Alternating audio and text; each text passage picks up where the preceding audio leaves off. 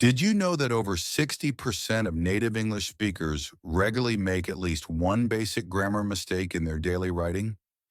Even professionals like teachers and writers slip up on common errors like there or there, and they are and it's or it's, etc. You're probably making these common grammar mistakes without even realizing it, and I'm here to help you fix them. When learning English, it's normal to make mistakes. Many people, both native speakers and learners, struggle with some basic grammar rules. Understanding and fixing these common mistakes will make your English clearer and easier to understand. In this guide, we will look at the most common grammar mistakes and how to avoid them. 1. There, and they are. One of the most common mistakes in English is confusing the words there, and there. These words sound the same but have different meanings. There is a possessive pronoun. It shows that something belongs to a group of people. Example, this is their house. There refers to a place or position. Example, the book is over there. There is a contraction of they are. Example, they're going to the park. Remember, there means it belongs to someone. There tells you where something is. There is short for they are. 2. It's and its. The words it's and its are often confused too. It is a possessive pronoun. It shows that something belongs to it. Example, the dog is chasing its tail. It is a contraction of it is or it has. Example, it's raining outside. It is raining outside. Remember, it shows possession. It is short for it is or it has. 3. Your and your. Another common mistake is confusing your and your. Your is a possessive pronoun. It shows that something belongs to you. Example, is this your bag? Your is a contraction of you are. Example, you're very kind. Remember, your shows possession. Your is short for you are. 4. Two, and two. The words two, and two are also easily mixed up. To is used before a verb or to show direction. Example, I want to go to the store. To means also or very. Example, I want to go too, or it's too hot today. Two is the number 2. Example, I have 2 cats. Remember, to is for direction or before a verb. To means also or very. 2 is a number. 5. Affect and effect. The words affect and effect are often confused because they sound similar and are related in meaning. Affect is a verb. It means to influence something. Example, the weather can affect your mood. Effect is a noun. It means the result of a change. Example, the effect of the storm was terrible. Remember, affect is an action, verb. Effect is a result, noun. 6. Then and than. The words then and than are not the same, but many people mix them up. Then refers to time. It tells you when something happens. Example, we ate dinner and then went for a walk. Than is used to compare two things. Example, she is taller than her brother. Remember, then is about time. Then is for comparisons. 7. Fewer and less. Fewer and less are used differently, but many people mix them up. Fewer is used with things you can count. Example, there are fewer apples in the basket. Less is used with things you cannot count. Example, there is less water in the bottle. Remember, use fewer for things you can count. Use less for things you cannot count. 8. Me and I. Many people get confused about when to use me and I. The rule is simple. I is the subject of the sentence. It's used when you are doing the action. Example, I went to the store. Me is the object of the sentence. It's used when the action is happening to you.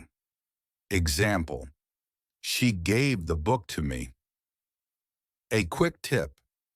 If you are talking about more than one person, like Tom and I, try saying the sentence without the other person's name. For example, Tom and I went to the store becomes I went to the store, which is correct. If it were Tom and me went to the store, it would sound wrong because me went to the store is not correct. 9. Who and whom. The words who and whom can be tricky. The easy way to remember is, who is the subject of the sentence? The person doing the action.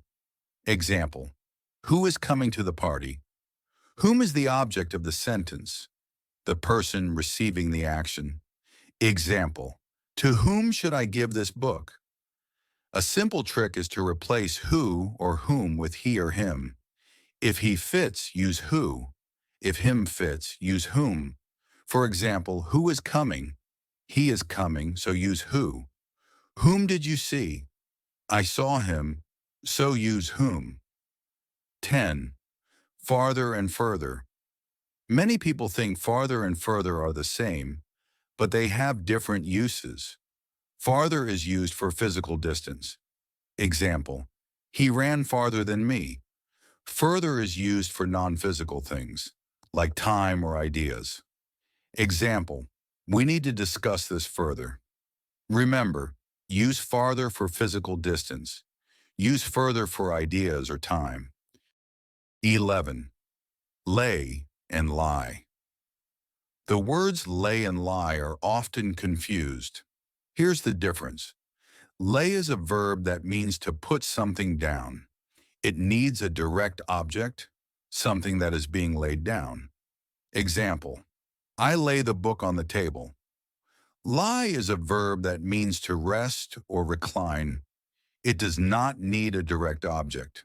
Example, I lie down when I'm tired. In the past tense, it gets more confusing. The past tense of lay is laid. Example, yesterday I laid the book on the table. The past tense of lie is lay. Example, yesterday I lay down for a nap. 12th, then I or then me. When making comparisons, you might wonder whether to say then I or then me. Then I is correct when you are continuing the sentence with a verb. Example, she is taller than I am. Then me is correct when you are not continuing the sentence. Example, she is taller than me. A simple trick is to add the verb after I to check if it makes sense. If the sentence sounds right, use I. If it sounds awkward, use me. 13. Double negatives. In English, using two negative words in the same sentence makes it positive. This is called a double negative, and it's a common mistake. Incorrect. I don't have no money. Correct. I don't have any money. In the incorrect sentence, the two negatives, don't and no, cancel each other out, which makes the sentence confusing. Just use one negative word to make the sentence clear. 14. Using good versus well. People often mix up good and well. Good is an adjective, so it describes a noun. Example, she is a good singer. Well is usually an adverb, so it describes a verb. Example, she sings well. A quick tip. Use good when describing a thing or person, and use well when describing how something is done. 15. Using amount versus round number. The words amount and number are used differently based on whether you can count the items. Amount is used for things you cannot count. Example, the amount of water is too much. Number is used for things you can count. Example, the number of books on the shelf is 5. These are some of the most common grammar mistakes that people make. By understanding and practicing these rules, you can improve your English and avoid confusion. Keep practicing, and soon these rules will become second nature to you. Everyday conversations. In everyday life, knowing how to use common phrases and questions in English is essential. Let's go through some common situations: introducing yourself, ordering food, shopping, making a reservation, and small talk. These conversations will help you navigate basic interactions smoothly. 1. Introducing yourself. Basic introductions. When meeting someone for the first time, introducing yourself in a polite and clear manner is important. Here are simple phrases you can use when introducing yourself. Key phrases: Hi, I'm, your name. Basic introduction: Hello, my name is, your name. A more formal version: Nice to meet you. Polite response: It's a pleasure to meet you. More formal response: Where are you from? To ask about someone's origin: I'm from, city or country. Answering where you're from: What do you do? To ask about someone's job: I'm a, job or profession. Responding to a question about your job. Example conversation: Person A: Hi, I'm Sarah. Person B: Hello, my name is John. Nice to meet you. Person A: Nice to meet you too. Where are you from? Person B: I'm from London. How about you? Person A: I'm from New York. What do you do? Person B: I'm a teacher. What do you do? Person A: I'm a graphic designer. In basic introductions, it's common to ask about someone's background, job, or hobbies. This helps start the conversation and build a connection. 2. Ordering food. Basic restaurant vocabulary. When you go to a restaurant, you'll need to know how to order food and drinks. It's useful to understand how to ask for the menu, place your order, and ask for the bill. The key phrases: Can I have the menu, please? Asking for the menu: I would like dish or drink. Polite way to order: Can I get dish or drink? More casual way to order: What do you recommend? Asking for the waiter's suggestion: Can I have a glass of water, please? Requesting water: Can I see the dessert menu? Asking for the dessert menu: Could we have the bill, please? Asking for the check: Is service included? Asking if a tip is included. Example conversation. Waiter: Hello, are you ready to order? Customer: Yes, I'll have the chicken salad, please. Waiter: Would you like anything to drink? Customer: Just a glass of water, please. Waiter: Certainly. Anything else? Customer: No, that's all for now. Waiter: Great. I'll bring your order shortly. Later. Customer: Can we have the bill, please? Waiter: Of course. Here you go. Ordering food is a common interaction, so practicing these phrases will help you feel confident when dining out. 3. Shopping. Basic phrases and questions. When you go shopping, it's important to know how to ask for what you need, check prices, and inquire about products. Whether you're buying clothes, groceries, or gifts, these phrases will be helpful. Key phrases: How much is this? Asking for the price: Can I try this on? Inquiring if you can try on clothes: Where is the fitting room? Asking for the location of the fitting room: Do you have this in a different size or color?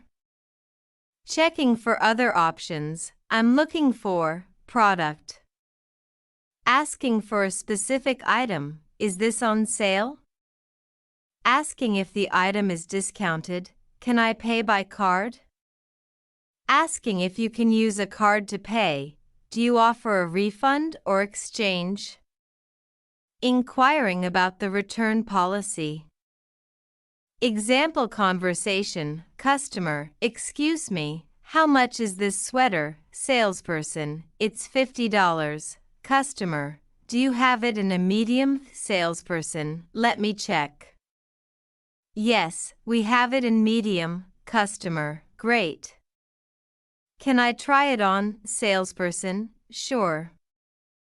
The fitting room is over there. After trying it on, customer, I'll take it.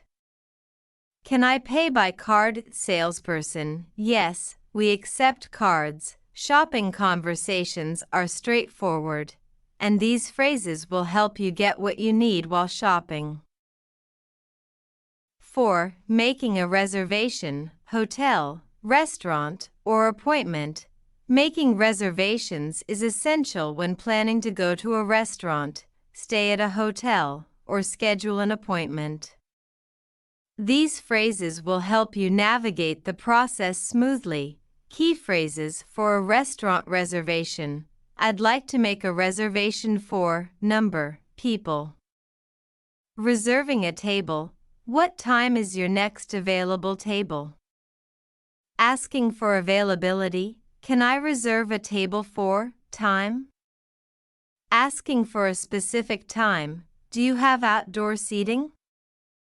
Asking about seating options. Is there a dress code? Inquiring about any dress requirements. Example conversation. Restaurant, customer, hi, I'd like to make a reservation for 2 people. Host, sure, when would you like to come? Customer, tomorrow evening at 7 p.m. Host, let me check. Yes, we have a table available. Customer, great. Can I request a table by the window? Host, I'll note that. We look forward to seeing you. Key phrases for a hotel reservation. I'd like to book a room for number, nights. Booking a room. Do you have any rooms available for date? Checking availability. What's the price per night? Asking about the cost. Is breakfast included? Inquiring about amenities. Can I get a late checkout? Requesting to stay longer after checkout time. Example conversation. Hotel, customer, hello. I'd like to book a room for 3 nights starting next Friday. Receptionist, certainly. Let me check availability. Yes, we have rooms available. Customer, what's the price per night? Receptionist, the price is $150 per night, and breakfast is included. Customer, perfect. I'll book the room. 5. Small talk. Basic conversational phrases. Small talk is a polite conversation about non-controversial topics. It's important for breaking the ice and maintaining friendly interactions. Common topics for small talk include the weather, hobbies, travel, and daily life. Key phrases. How are you? Basic greeting. I'm good, thanks. How about you? Replying to a greeting. How's the weather today? Talking about the weather. It's a beautiful day, isn't it? Commenting on the weather. Do you have any plans for the weekend? Asking about someone's plans. What do you do for fun? Asking about hobbies. Have you been on any trips recently? Talking about travel. Example conversation. Person A, hi. How are you today? Person B, I'm good, thanks. How about you? Person A, I'm great. It's such a nice day outside. Person B, yes, the weather is perfect today. Person A, do you have any plans for the weekend? Person B, I might go hiking. How about you? Person A, I'm planning to visit my family. Small talk is a great way to start a conversation or fill in moments of silence. It helps build rapport with others. Summary: being able to handle everyday conversations is a key skill when learning a new language. Whether you're introducing yourself, ordering food, shopping, making reservations, or engaging in small talk, these common phrases and dialogues will help you feel more comfortable in a variety of situations. Practice them to improve your fluency and confidence in everyday English. I am a teacher, and one question my students ask me a lot is, why should I read if I already go to class and watch movies in English? I understand why they ask this. Reading can feel hard, and sometimes it seems easier to just watch videos or listen to teachers. But today I want to share why reading is so important and how it can help you in many ways. When I was young, I didn't like reading much either. I would rather watch TV or play games. But one day, a teacher told me something that changed my mind. She said, "Reading helps you understand the world better. It opens up your mind to new ideas and it makes you smarter." At first, I didn't believe her, but I decided to give reading a try. And she was right. The more I read, the more I learned, and it became easier to understand things in school and in life. You see, when you read, you are not just looking at words. You are learning how to think, how to understand, and how to solve problems. That's why reading is important. It helps you in ways you don't even notice at first. One of my favorite quotes about reading comes from George R.R.R. Martin, the author of Game of Thrones. He said, "A reader lives 1,000 lives before he dies. The man who never reads lives only one." This means that when you read, you get to experience different worlds, different ideas, and different lives. It's like living many lives, all through the power of books. Now, let me tell you about one way to start reading in a smart way. It's called skimming and scanning.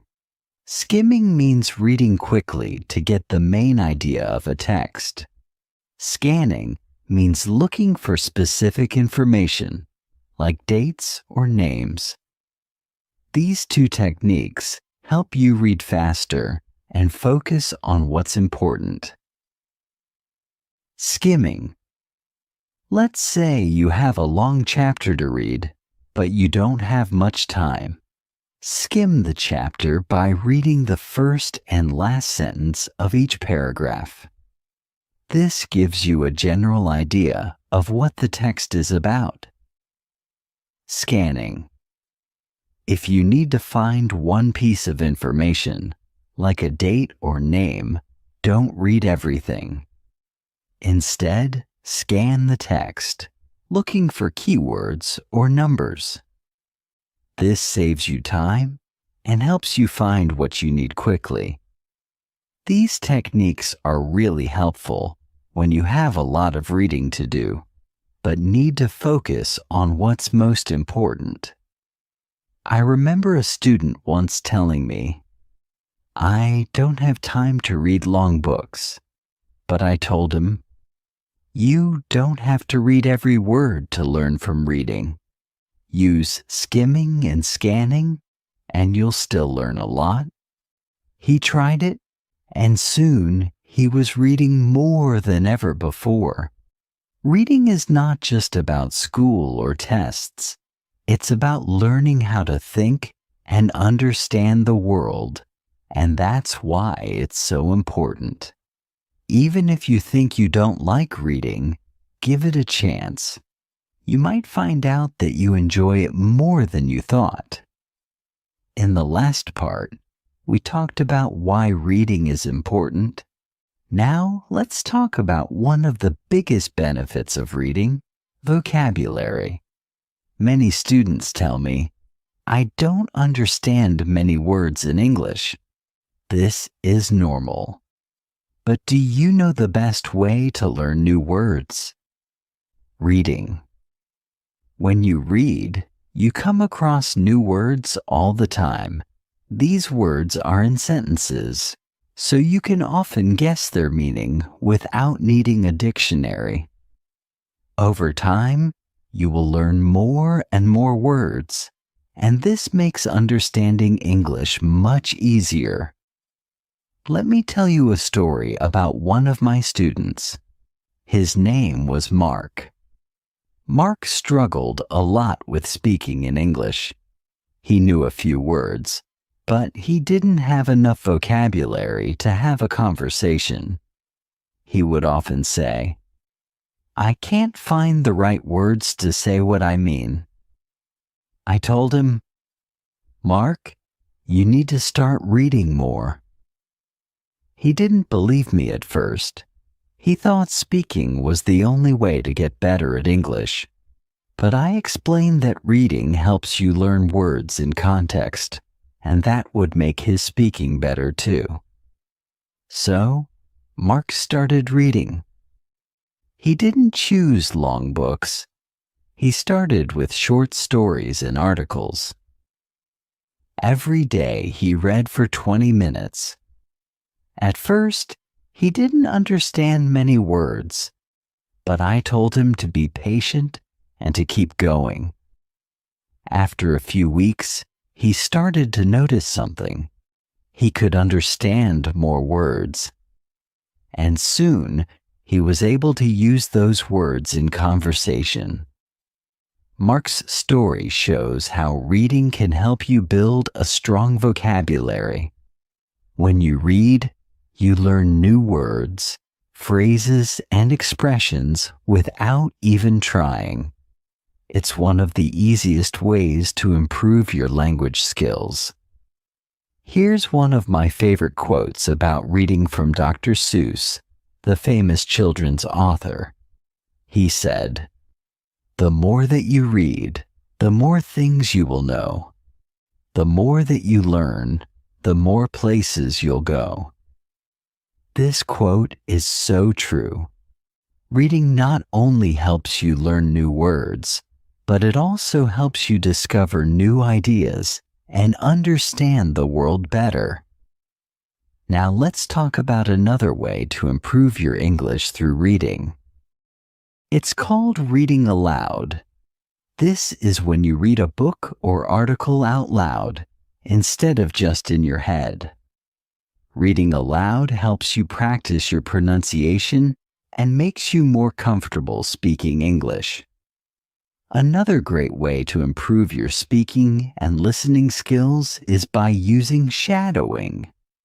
Shadowing means listening to someone read or speak in English, and then you repeat what they say right after them. This helps you improve your pronunciation and rhythm in English. It's like practicing speaking with a partner, but you are learning from the audio. One student I had, Maria, was very shy about speaking in English. She said, "I'm afraid of making mistakes." I told her to try reading aloud at home and use shadowing with podcasts. At first, she was nervous, but after a few weeks, she became much more confident. Now, Maria can speak clearly and isn't afraid to join conversations in class. So, if you feel like you don't know enough words, or you struggle with speaking, try reading more and use techniques like reading aloud and shadowing. Over time, you'll notice big improvements in your vocabulary and speaking skills. Remember, reading helps you grow your vocabulary, and that makes everything else in English, speaking, writing and listening easier.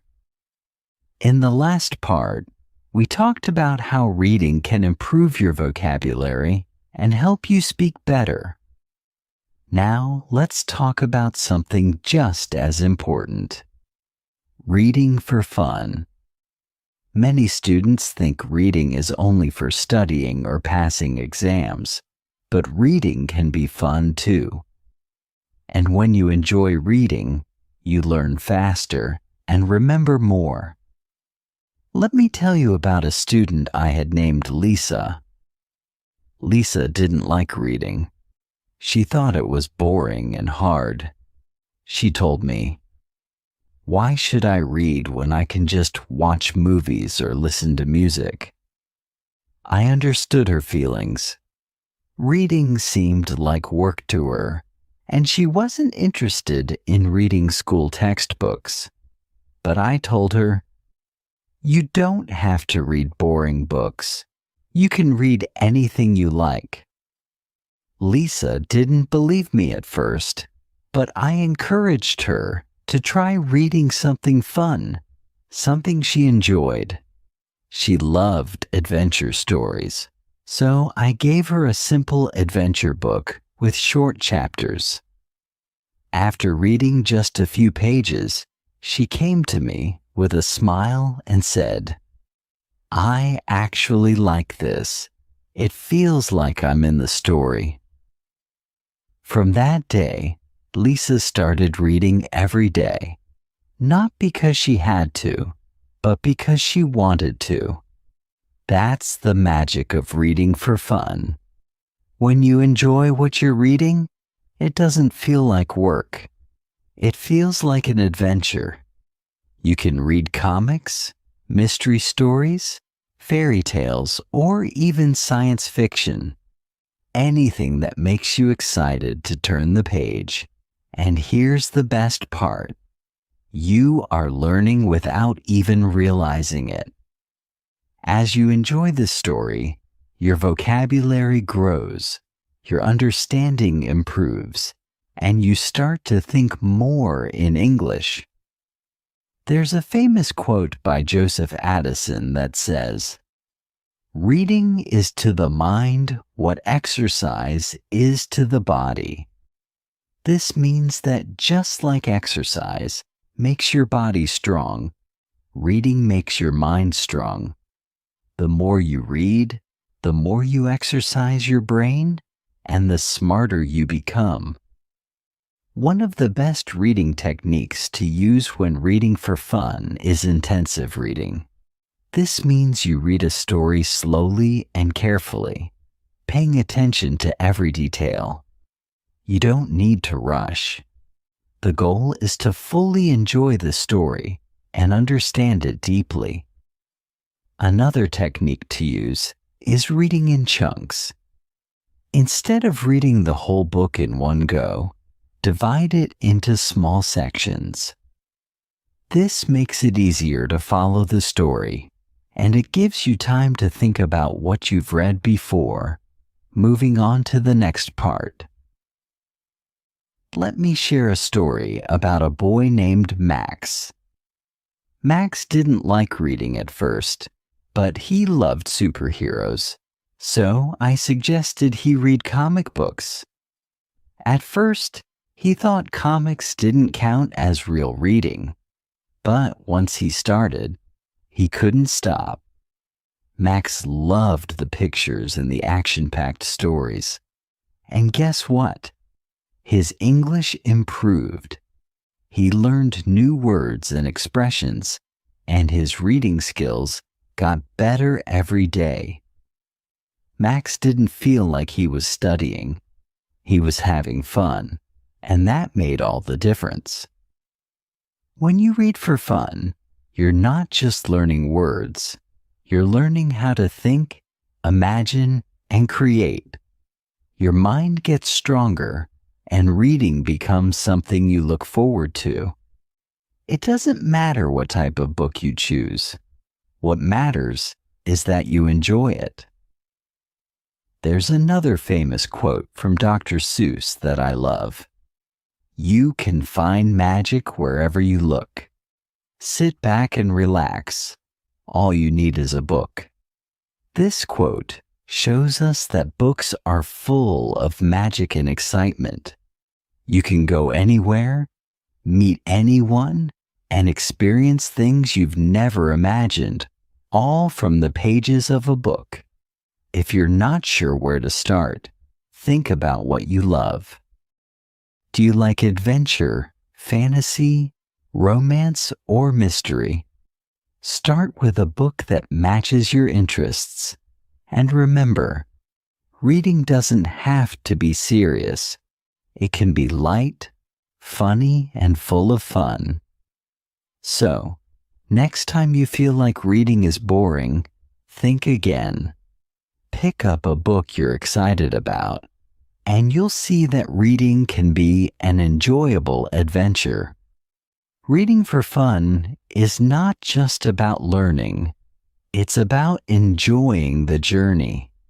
In the last part, we talked about how reading for fun can be an exciting way to learn. Now, let's focus on another important part of reading. How reading makes you smarter. You may have heard people say that reading helps improve your focus, memory, and imagination. But do you know why that happens? Let me explain. When you read, your brain has to work in different ways. You have to focus on the words, understand the sentences, and remember what you've read. This helps your brain become stronger, just like lifting weights helps your muscles grow. The more you read, the better your brain gets at focusing and remembering things. Let me tell you about a student I had named David. David found it very hard to concentrate in school. He would always say, "I can't focus. I keep forgetting things." I told him, "David, start by reading just a little bit every day. It will help." At first, he didn't believe me, but he tried it anyway.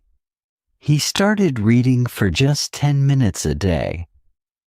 After a few weeks, he came to me and said, "I can focus better now. Reading helps me remember things more easily." That's the power of reading. It doesn't just help you learn new words. It helps you train your brain. When you read, you have to remember the characters, the plot, and the details. This makes your memory stronger, and you become better at keeping track of information. There's a famous quote by Stephen King, the author of many popular books, that says, "Books are a uniquely portable magic." This means that books can take you to magical places without you even leaving your chair. And while you enjoy these magical stories, your brain is working hard, making you smarter every day. Reading also helps improve your imagination. When you read, you have to picture the story in your mind. You create images of the characters, the places, and the events. This helps you become more creative. And creativity is not just for artists. It's useful in every part of life.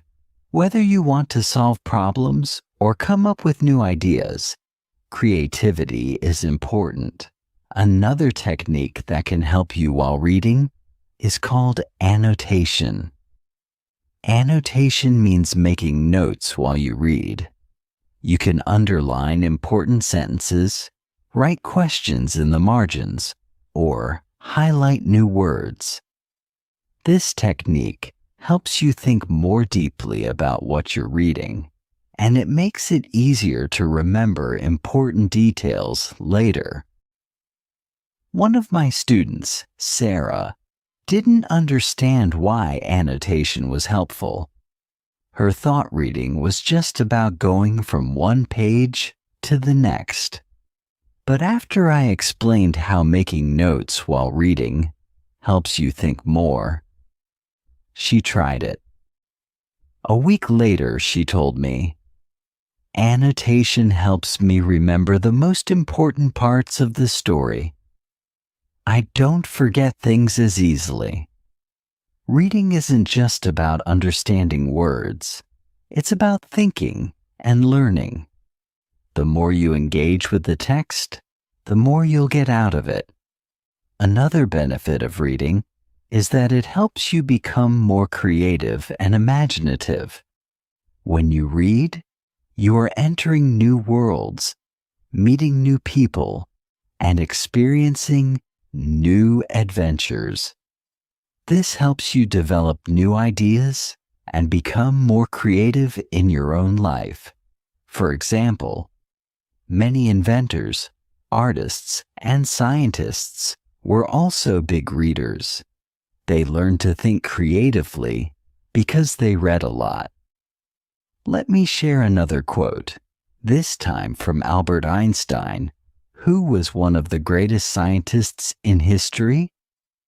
He said, "Imagination is more important than knowledge, for knowledge is limited, whereas imagination embraces the entire world."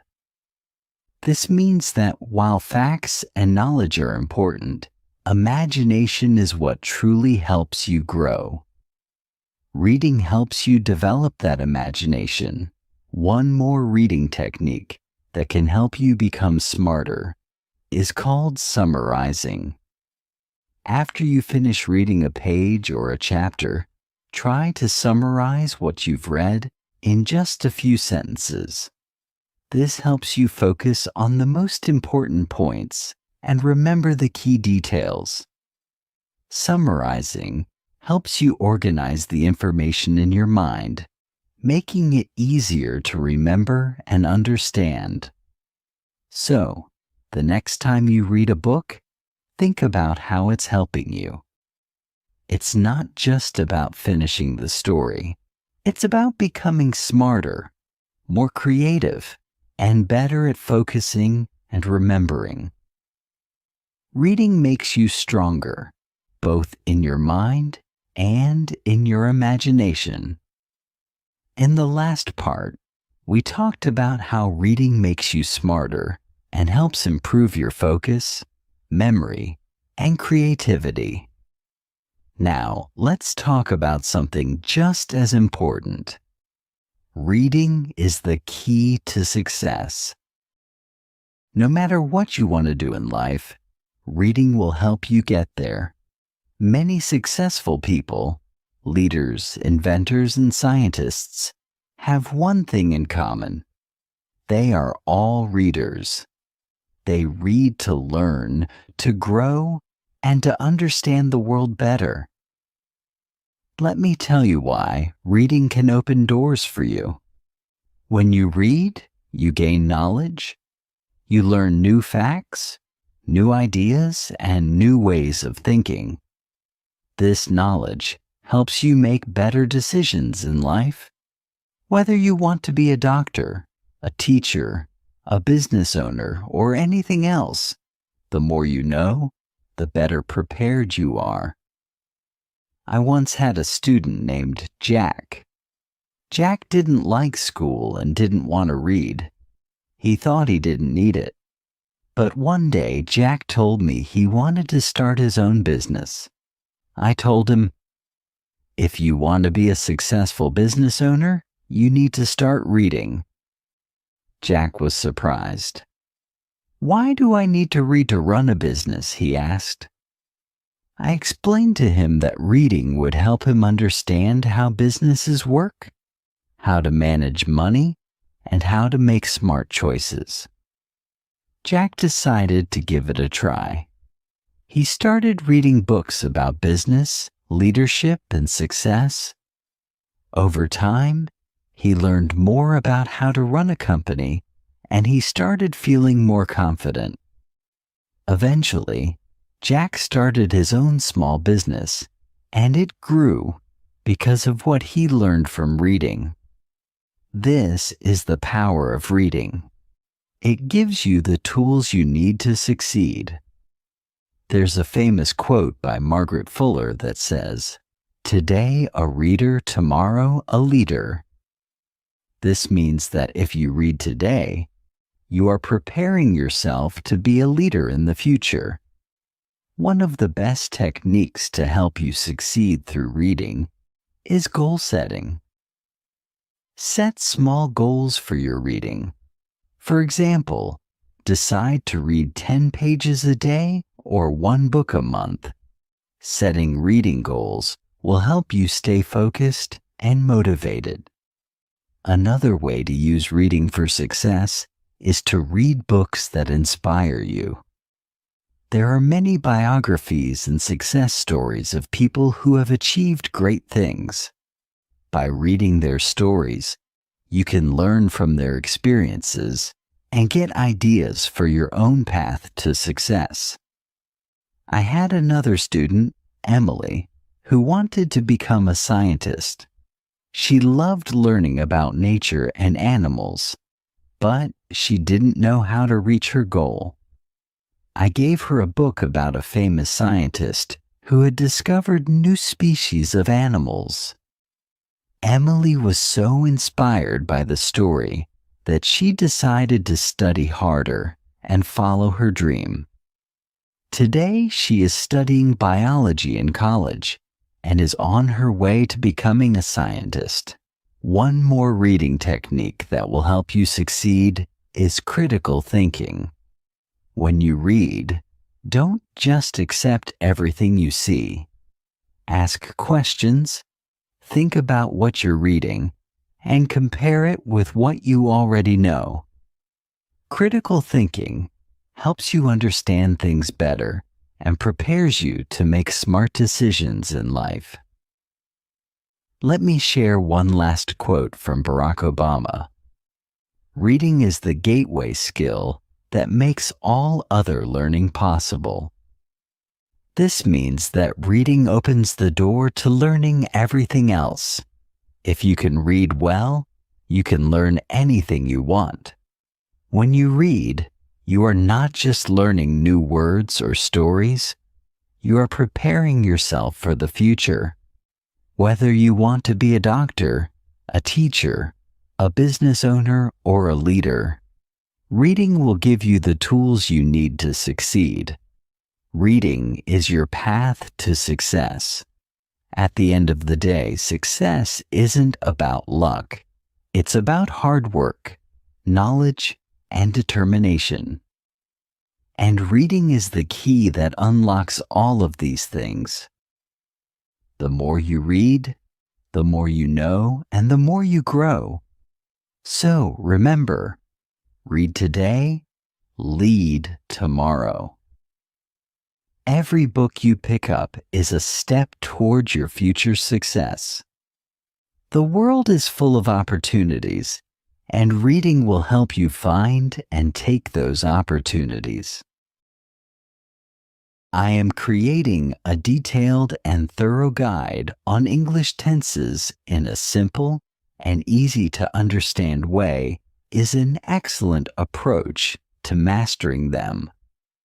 Using clear, concise explanations for each tense, here's an outline of the tenses and a preview of how I'll explain each in simple English. 1. Present simple tense usage for habits, facts, and general truths. Examples with various verbs and sentence structures. Explanation of how it differs from the present continuous. Second, present continuous tense. Explanation of ongoing actions and near future plans. How it differs from the present simple. Examples in various situations to show its application. Third, present perfect tense use in linking past actions to the present. Explanation of how it conveys experiences or changes over time. Common adverbs used with the tense, just already yet. and example sentences. Fourth, present perfect continuous tense, use for actions that started in the past and are still continuing. Explanation of its emphasis on the duration of actions. Examples to show how it's used in context. Fifth, past simple tense usage for completed actions in the past. Explanation of regular versus irregular verbs. Examples with time markers. Yesterday, last week. Sixth, past continuous tense use for actions in progress at a certain past time. Explanation of its use in describing interrupted actions. Examples for different contexts. 7. Past perfect tense. Use to describe actions completed before another past action. Examples to illustrate sequencing in past events. Explanation of its differences from the past simple. 8. Past perfect continuous tense use to emphasize the duration of an action before a past point. Explanation of its rarity and specific usage. Contextual examples to clarify. 9. Future simple tense. Explanation of promises, predictions, and future actions. Use of will versus going to for different contexts. Example sentences and scenarios. 10. Future continuous tense. Use for ongoing actions in the future. Explanation of its application for planned future activities.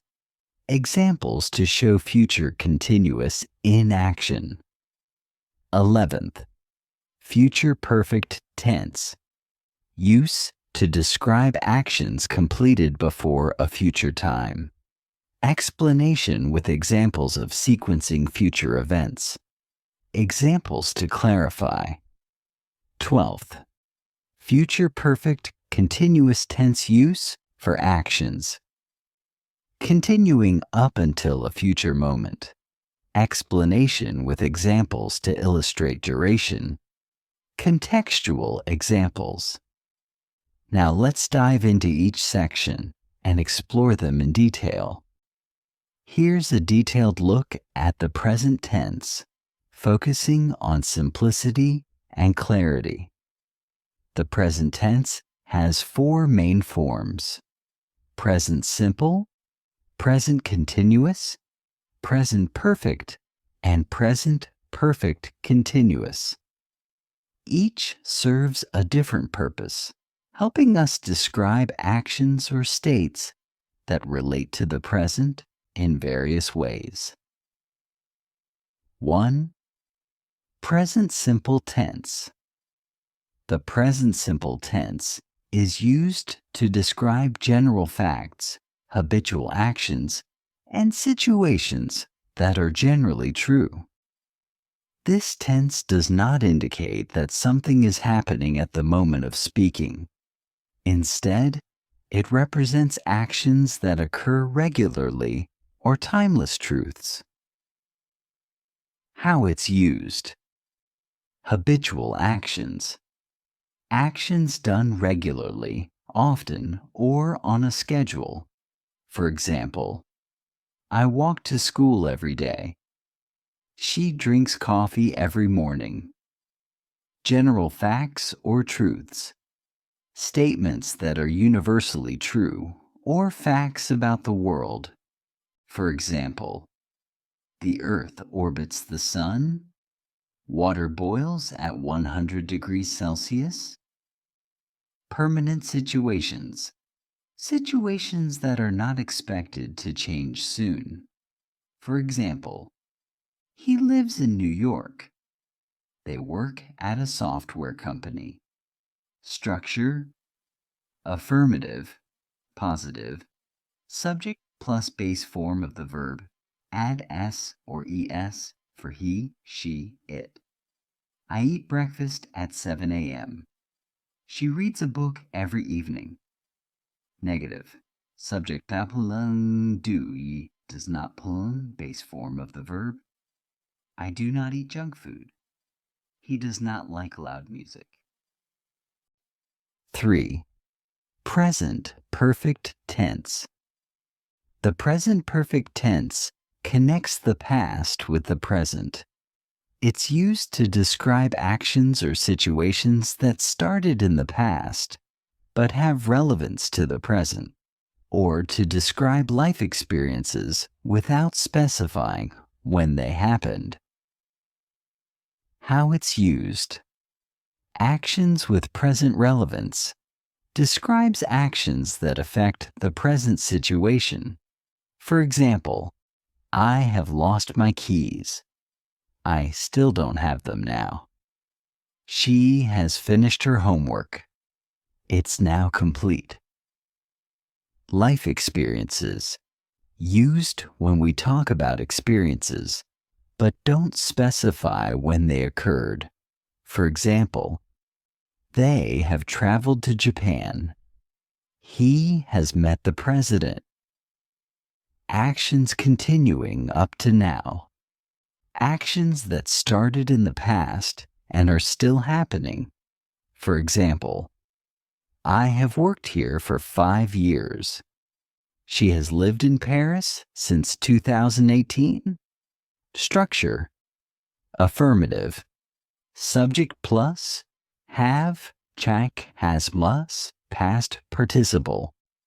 I have visited London. She has seen that movie. Negative.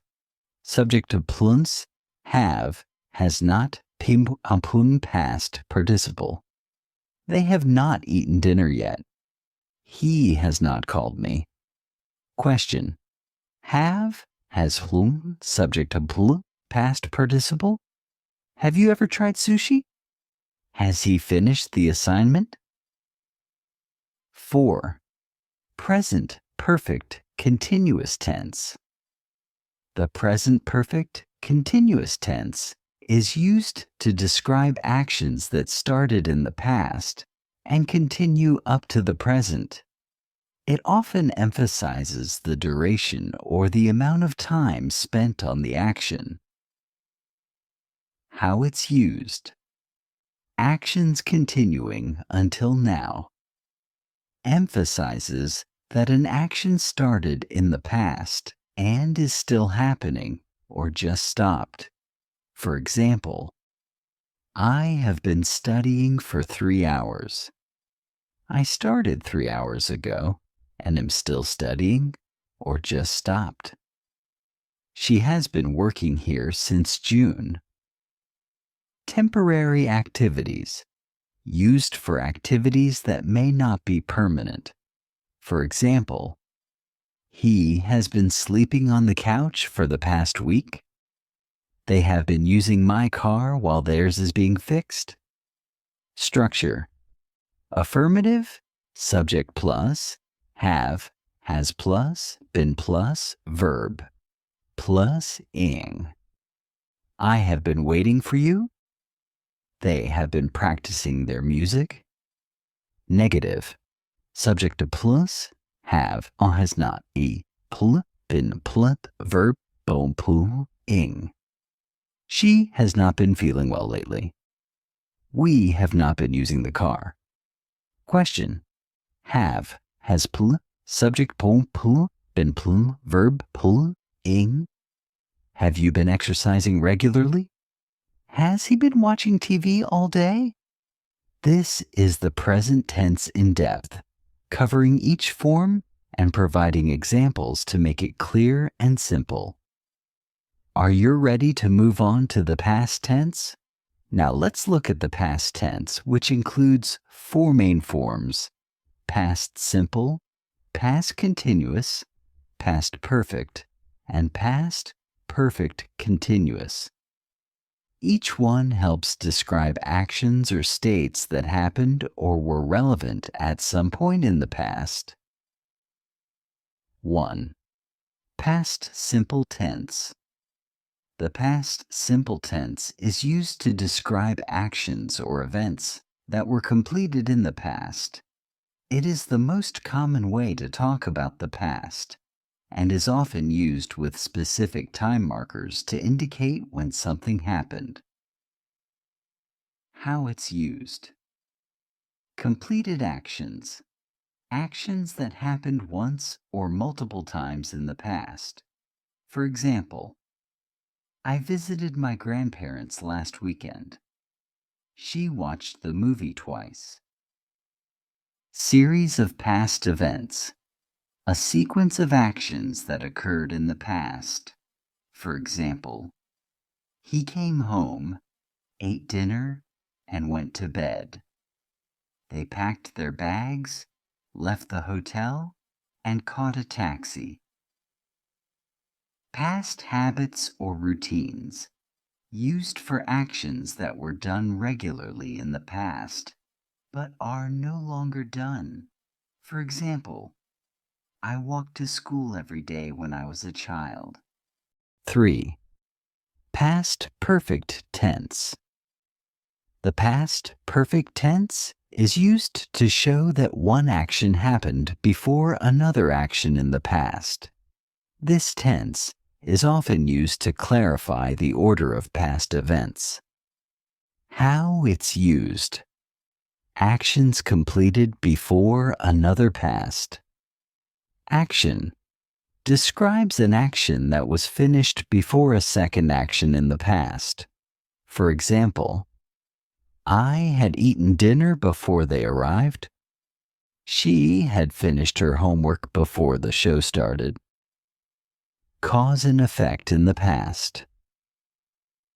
Used to show that an action in the past had a consequence or result in the past. For example, he missed the bus because he had overslept. They couldn't enter the room as they had forgotten the key. Structure. Affirmative. Subject. Plus had plus past participle. I had seen that movie before. They had left by the time we arrived.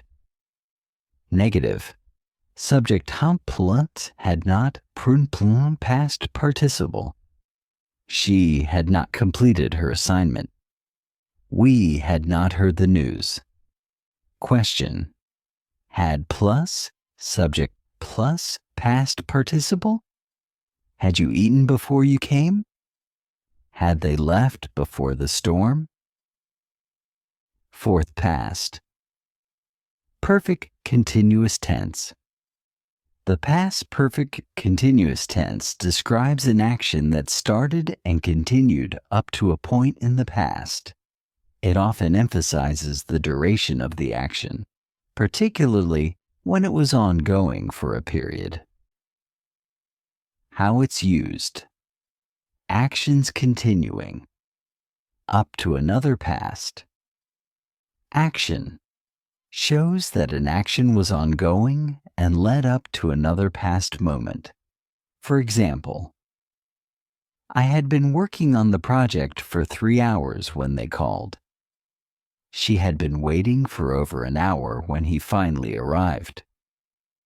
Actions with emphasis on duration. Focuses on how long an action had been happening in the past. For example, they had been studying for months before the exam. He had been practicing the piano for years before his first concert. Structure. Affirmative. Subject plus had been plus, verb plus, ing. I had been living in London for 2 years. They had been discussing the plan for a while. Negative. Subject plus had not been plus, verb plus, ing. She had not been feeling well.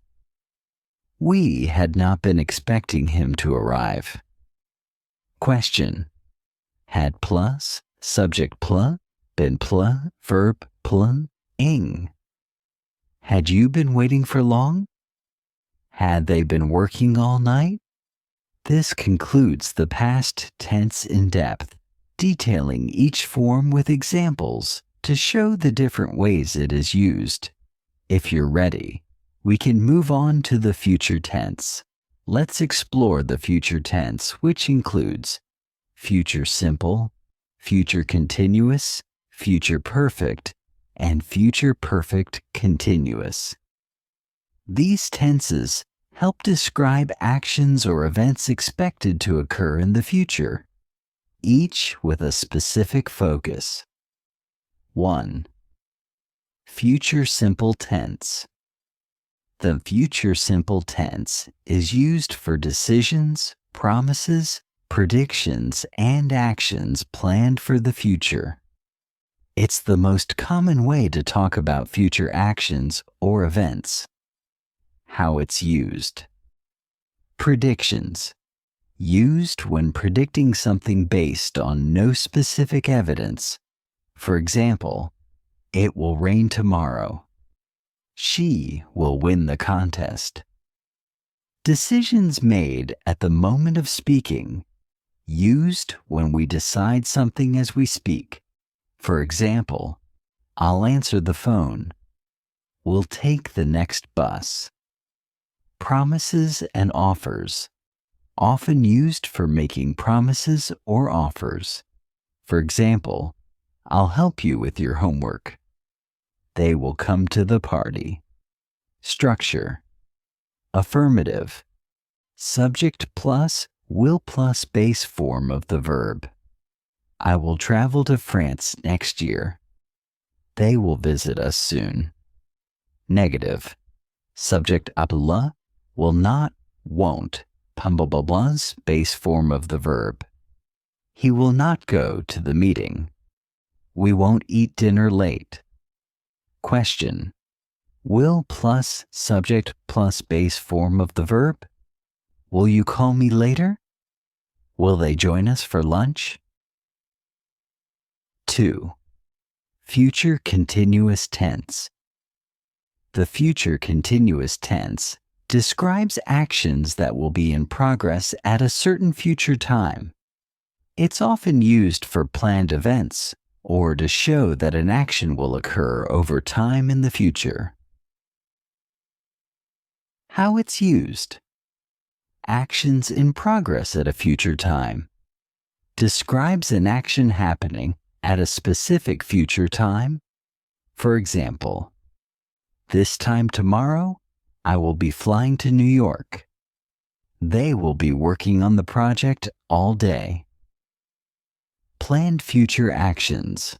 Shows plans to be in progress in the future. For example, we will be staying at a hotel during the vacation. He will be meeting his friend for lunch. Polite requests or questions. Sometimes used for polite questions about future plans.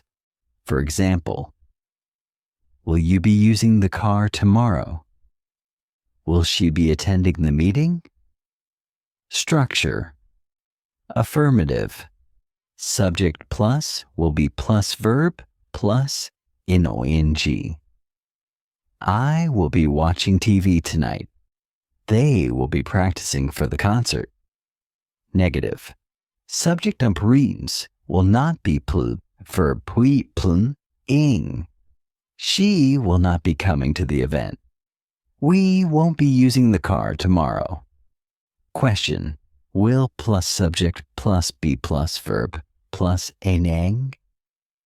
Will you be joining us for dinner? Will they be studying for the test? 3. Future perfect tense. The future perfect tense describes actions that will be completed before a specific time in the future. It is useful when discussing something that will end before another future action or time. How it's used.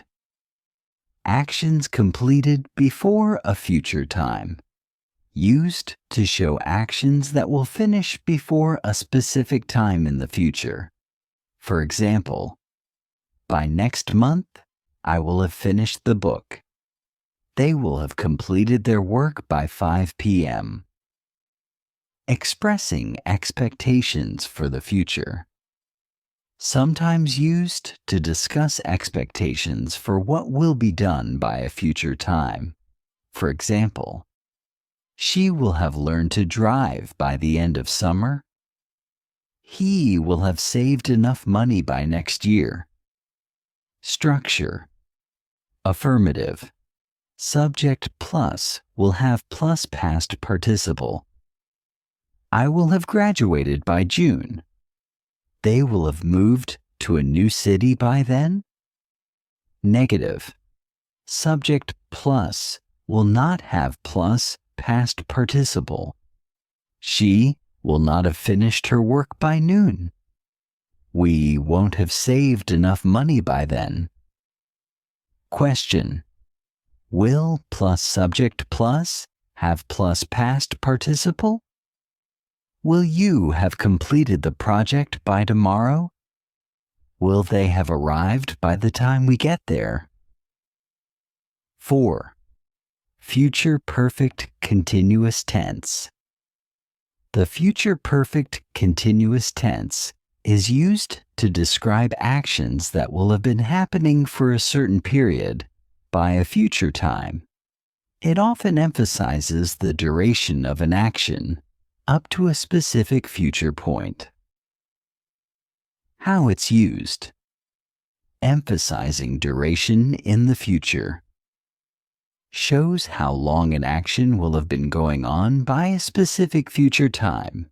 For example, by next month, I will have been working here for 3 years. They will have been studying for the test all week. Actions continuing until a future moment shows that an action will still be happening up to a future moment. For example, by 5 p.m., she will have been waiting for him for 2 hours. He will have been practicing for the race all summer. Structure. Affirmative. Subject pulmumpuls will have been plunt, verb pulmuplunt ing. I will have been traveling for hours by the time I arrive. They will have been working on this project for months. Negative. Subject plus will not have been plunt, verb pupul ing. She will not have been studying all night. We won't have been living here for long. Question. Will bulpu, subject of plun, have been plun, verb ompu, ing? Will you have been studying for 2 hours by then? Will they have been working on the report by next week? This completes the future tense in detail. Each form provides a different way of expressing actions in the future, with various focuses on timing, duration, and completion. This wraps up our detailed look at the English tenses, covering present, past, and future in their simple continuous, perfect, and perfect continuous forms. Here's a brief summary of the primary functions of each tense to bring it all together. Present tenses. Summary. Present simple. Describes regular actions, habits, general truths, and permanent situations. Present continuous. Expresses actions happening right now, temporary situations, and future plans. Present perfect. Used for actions that happened at an unspecified time in the past, or started in the past, and continue in the present. Present perfect. Continuous. Emphasizes the duration of an action that started in the past and is still ongoing. Past tenses summary. Past simple. Describes completed actions or events that happened in the past. Past continuous. Highlights ongoing actions in the past. often interrupted by another action. Past perfect indicates an action completed before another past action or time. Past perfect continuous shows an action that was ongoing in the past up to a certain point, emphasizing duration. Future tenses summary. Future simple. Used for future actions, promises, predictions, and decisions made on the spot. Future continuous describes actions that will be in progress at a certain time in the future.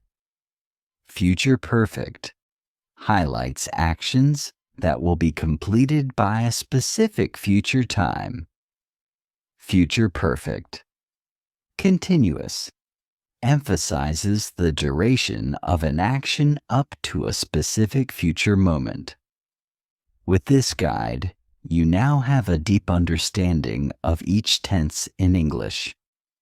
Each one provides a specific way of framing time in communication, whether for immediate actions, past events, or future plans. Let me know if you need more examples, practice sentences, or further clarifications on any specific tense. Introduction to Grammar in Communication. Good grammar is one of the most important aspects of clear communication.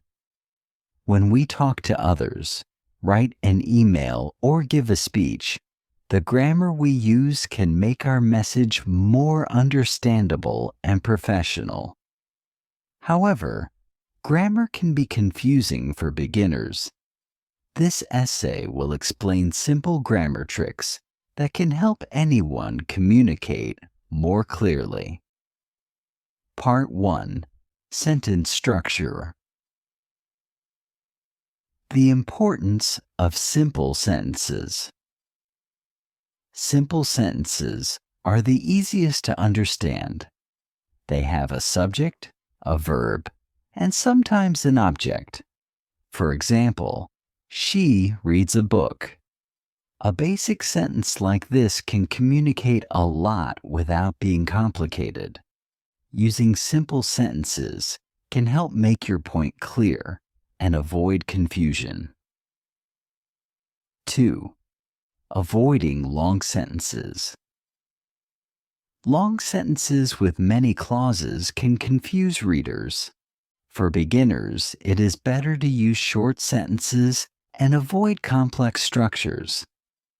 Try to break long sentences into 2 or 3 shorter sentences. For example, instead of saying, "She was very tired, but she still wanted to go out, even though she had a lot of work to finish," you can say, "She was very tired. She still wanted to go out. She had a lot of work to finish." Part 2. Choosing the right tense one. Using present tense for current actions. The present tense is used to talk about things happening now. For example, I eat lunch.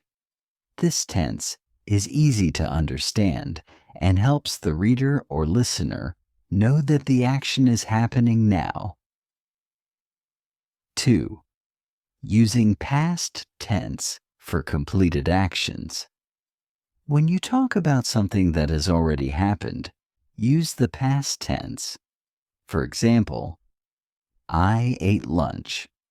This shows that the action was finished in the past. Understanding when to use the present or past tense can make your communication clearer. Part 3. Subject-Verb Agreement 1. Matching subjects and verbs. In English, the verb in a sentence must agree with the subject. If the subject is singular, the verb must be singular. For example, he walks to school. If the subject is plural, the verb must be plural. For example, they walk to school. 2. Common errors in subject-verb agreement. Many people make mistakes with subject-verb agreement, especially with words like everyone or nobody. Even though these words refer to more than one person, they are considered singular.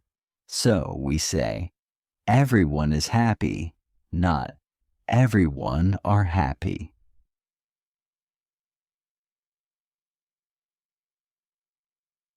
Part 4. Correct use of Articles 1. Using a and an correctly. A is used before words that begin with a consonant sound, and an is used before words that begin with a vowel sound. For example, a cat and an apple. Using the correct article makes sentences sound natural and easy to understand. 2. The definite article, the is used to refer to something specific. For example, the book on the table. Using the shows that we are talking about a particular book, not just any book. This can help listeners or readers know exactly what you mean.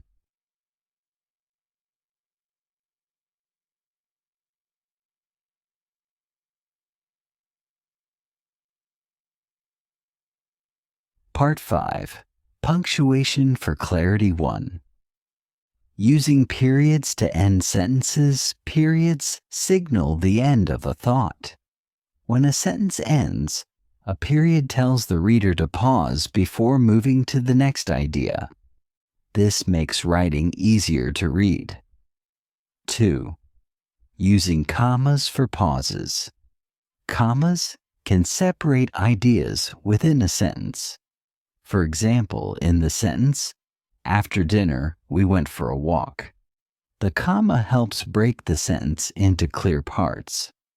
Commas can also make lists clearer, like apples, oranges, and bananas. Part 6. Pronouns and Consistency 1. Keeping pronouns clear. Pronouns are words like he, she, and it. They replace nouns to avoid repetition. But if there are many nouns in a sentence, it's important to use pronouns carefully. For example, instead of saying, Mark talked to John and he said he would come, it's clearer to say, Mark talked to John and John said he would come. 2. Avoiding pronoun confusion. Always make sure it's clear who or what the pronoun is referring to. If there is any doubt, use the noun instead of a pronoun. Part 7. Adjectives and adverbs for descriptive language. 1. Using adjectives to describe nouns. Adjectives are words that describe nouns like happy, blue, or tall. They can make communication more interesting and detailed. For example, instead of saying, the dog barked, you can say, the big dog barked loudly. The adjectives help give more information. 2. Using adverbs to modify verbs. Adverbs often end in a lie and describe how an action is done, like quickly, slowly, or carefully. Adding adverbs can make your sentences more expressive. For example, instead of she sings, you can say she sings beautifully. Part 8. Common grammar mistakes to avoid one. Mixing up homophones. Homophones are words that sound the same but have different meanings, like there. there, and there. Using the correct one is important for clarity. 2. Avoiding double negatives. A double negative is when two negative words are used in the same sentence. For example, I don't need no help is incorrect. Instead say, I don't need any help. Part 9. Practice and patience. 1. Regular practice. The best way to improve grammar is through regular practice. Reading, writing, and speaking in English can help reinforce grammar skills. 2. Learning from mistakes. It's natural to make mistakes while learning. Each mistake can be a lesson, and over time, grammar skills will improve. Sentence structure. Good sentence structure is the foundation of clear communication. When we make sentences, we are building our message piece by piece. The simpler and clearer our sentences are, the easier it is for others to understand us. The importance of simple sentences. A simple sentence is a basic way to convey an idea. It usually has a subject and a verb. For example, in the sentence, she runs, she is the subject and runs is the verb. Simple sentences help us to communicate basic thoughts directly and without confusion. Beginners in English can benefit from focusing on simple sentences.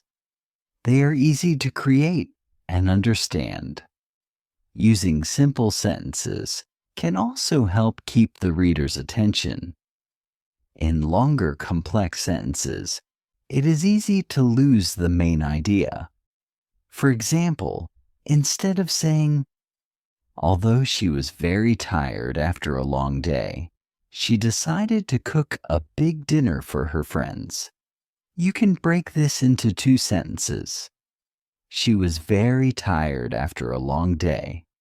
Still, she decided to cook a big dinner for her friends. Both examples give the same information, but the shorter sentences are easier to follow. Avoiding long sentences. Long sentences with many parts can make writing hard to understand. Beginners should avoid combining too many ideas in one sentence. A sentence with too much information can be confusing. For example, he went to the store, bought some groceries, and then he met a friend and they talked about work, can be made clearer by breaking it up. He went to the store and bought some groceries. Then he met a friend. They talked about work. This way, each idea is clear, and the reader does not have to work hard to find the main points. In general, when we speak or write, each sentence should only focus on one or two ideas. This keeps our message direct and easy to understand.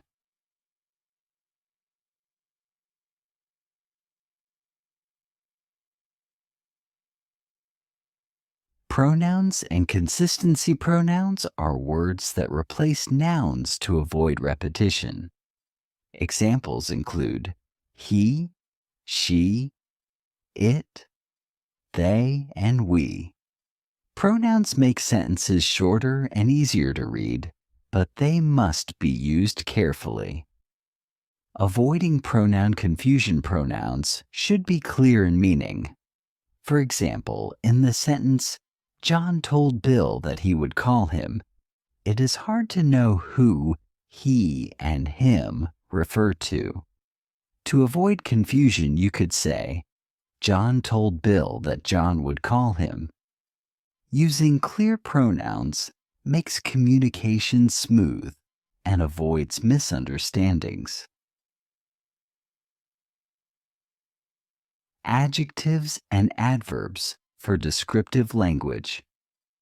Adjectives and adverbs add details to our sentences. They make our communication more interesting and colorful. Using adjectives. Adjectives describe nouns. For example, in the sentence, "The big dog barked loudly." Big is an adjective that tells us more about the dog. Adjectives help us paint a picture with words.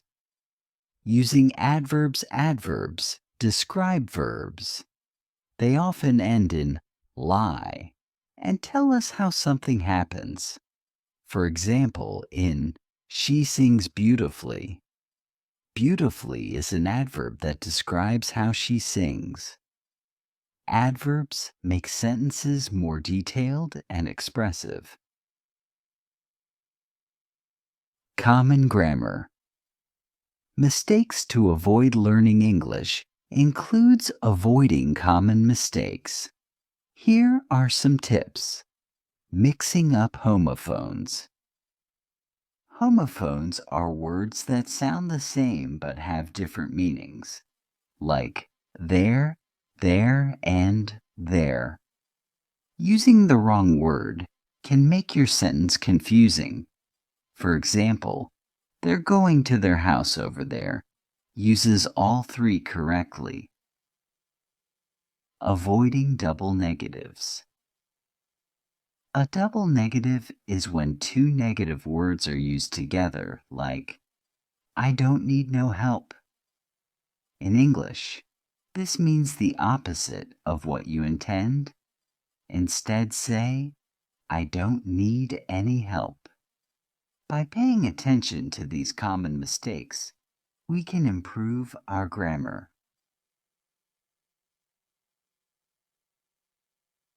Practice and patience. Improving grammar takes time. Reading, writing, and speaking regularly in English can help you get used to the language, learning from mistakes. Every mistake is a chance to learn. Don't worry if you make errors while learning English. With practice, your grammar will improve and your communication will become clearer. Choosing the right tense is important because it shows the time of an action. There are three main tenses in English: present, past, and future. Present tense for current or regular actions. The present tense tells us about things happening right now or things that happen regularly. For example, "I walk to school every day." "She eats breakfast at 7 a.m." Using the present tense is helpful when talking about habits or things that are true now. It is the easiest tense to use in conversations about daily life. Past tense for actions that have finished. The past tense is used for actions that have already happened. For example, "I walked to school yesterday." "She ate breakfast at 7 a.m." The past tense helps us talk about events that took place in the past. This can include stories about our day, things we did, or places we visited.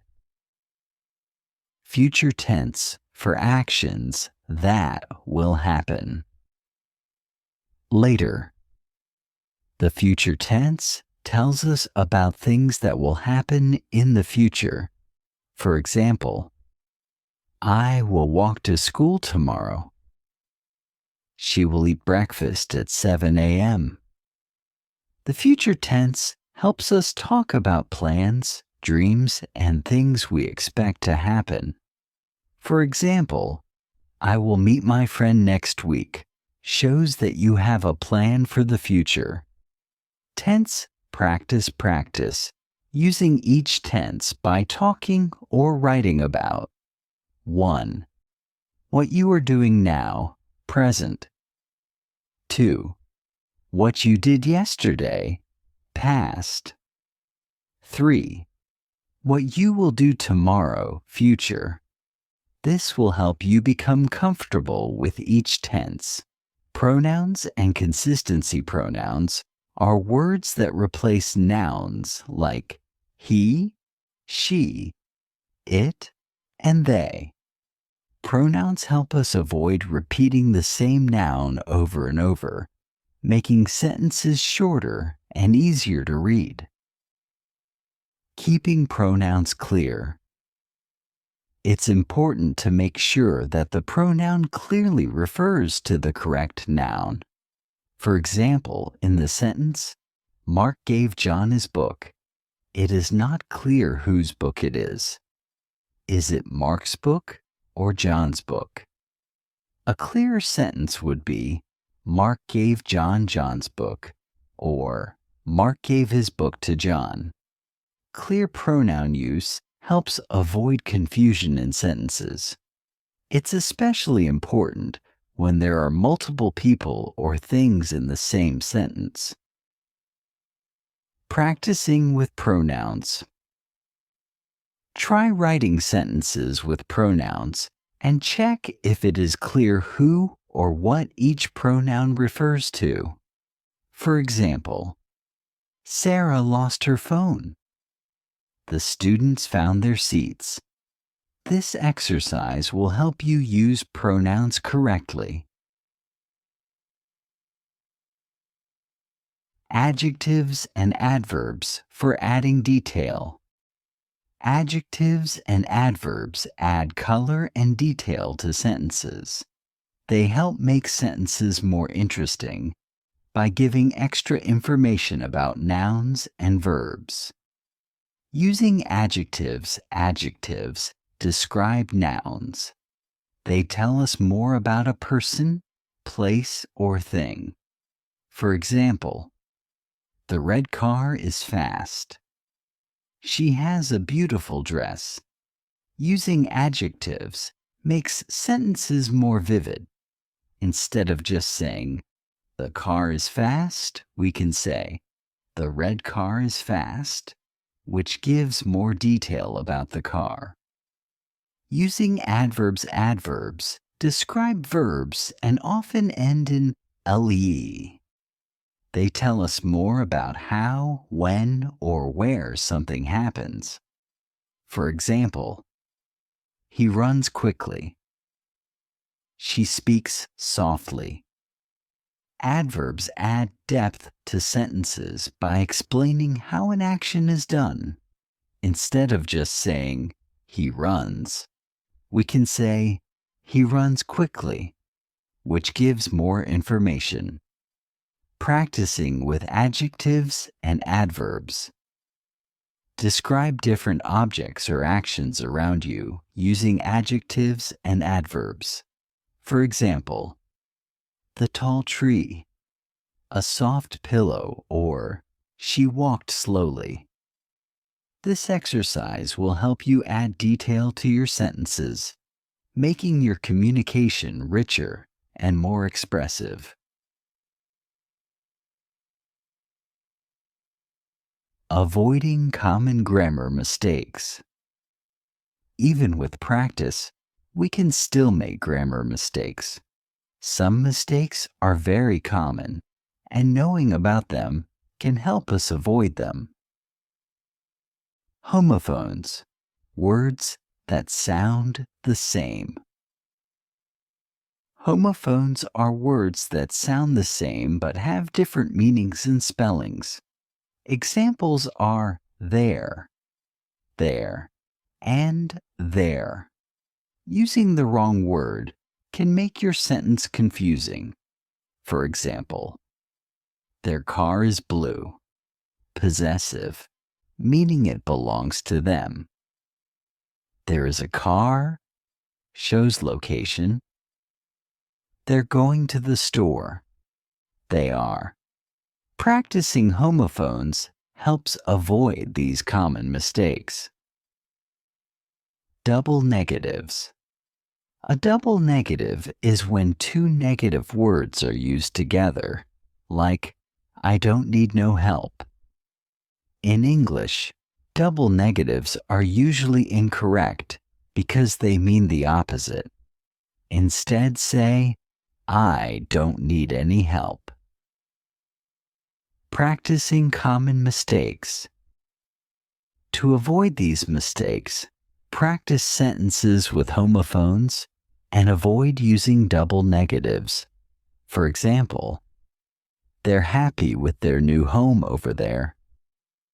I don't need any extra help. Practicing common mistakes will help you recognize and avoid them. How to your improved grammar. Improving your grammar can make a big difference in how well you communicate in English, whether you're speaking or writing. Here are some practical steps to help you improve your grammar, even if you're starting at a beginner level.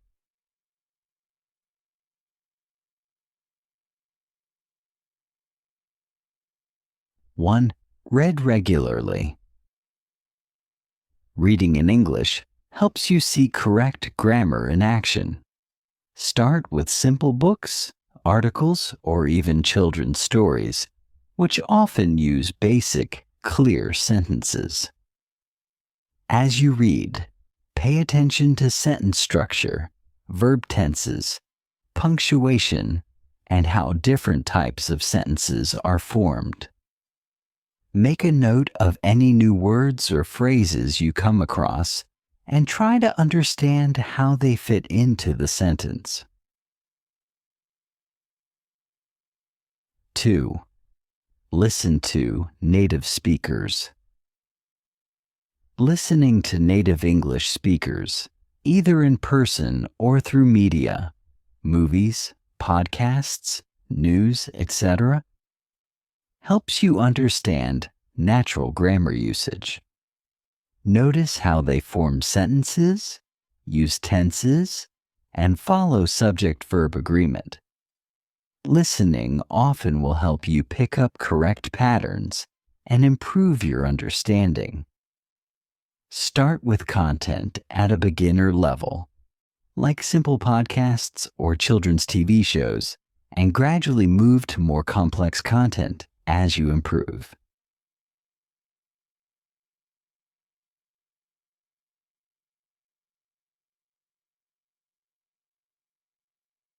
Three, practice writing regularly. Writing is one of the best ways to improve grammar. Start with simple sentences or short paragraphs. You could write about your day, your interests, or even summaries of things you have read or watched. After you finish, read what you wrote carefully, checking for grammar errors like incorrect tenses or subject-verb agreement mistakes. Consider using grammar checking tools, which can give you instant feedback and corrections. Tools like Grammarly or the built-in grammar checker in Google Docs can be very helpful. 4. Focus on one grammar rule at a time. Learning grammar all at once can be overwhelming. Instead, focus on one grammar rule at a time. Start with basics like subject-verb agreement or simple present and past tense. Practice that rule in sentences until you feel comfortable with it. Gradually move to more complex grammar topics like conditional sentences or passive voice. 5. Keep a grammar notebook. Write down new grammar rules, examples, and any corrections you learn. For example, if you often make a mistake with there, and there, write down sentences that use each one correctly. Review this notebook regularly to reinforce the rules. Over time, you'll remember common rules more easily and feel more confident in your grammar. 6. Use simple grammar exercises and workbooks. Grammar exercises in workbooks are specifically designed to teach you correct usage and help you practice new rules. Look for beginner-level grammar workbooks or websites that offer exercises like Cambridge English, British Council, or resources from English grammar books. Many online resources offer interactive exercises that give instant feedback, which can be helpful for learning faster.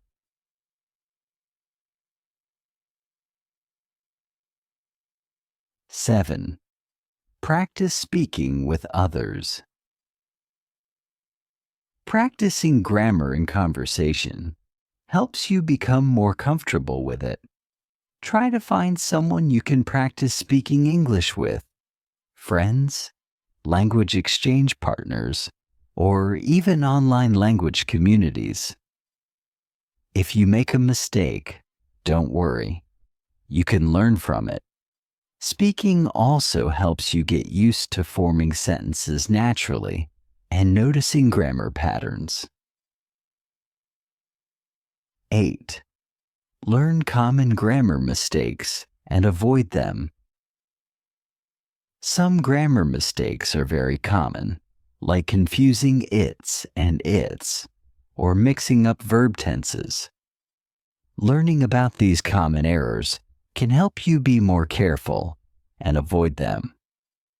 There are many lists online of common English grammar mistakes.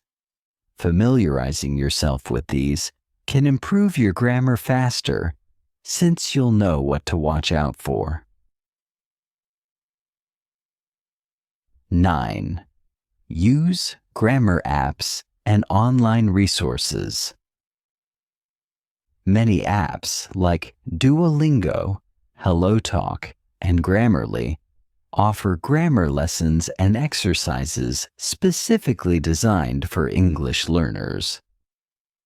Websites like the Purdue Online Writing Lab, OWL, and British Council have great resources for grammar practice. Spending just a few minutes each day on these apps or websites can make a big difference over time. 10. Ask for feedback. If you're studying in a class or have friends who speak English well, ask them to review your writing and point out any grammar mistakes. If you're using an online language exchange platform, ask your partner to correct your sentences when you make a mistake. This feedback is very useful for learning. 11th, review basic grammar rules. Often, even as you learn new grammar topics, it's good to go back to the basics regularly. Revisiting simple rules will help you remember them better and use them naturally. For example, review subject-verb agreement, verb tenses, and punctuation regularly to ensure you're consistently applying these rules correctly. 12th, be patient and consistent. Improving grammar takes time. Try to practice a little every day, even if it's just 10 to 15 minutes. Progress might seem slow at first, but with consistent effort, you'll see improvement. Remember that making mistakes is a normal part of the learning process, and each mistake is an opportunity to learn.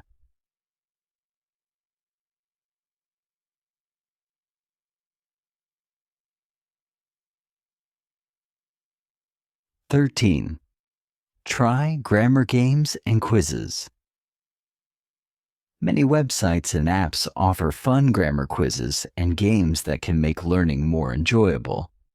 Games are especially helpful for reviewing basic rules in a fun way. Some popular websites for grammar games include Duolingo, Kahoot, and Quizlet. They let you practice grammar without feeling like you're studying.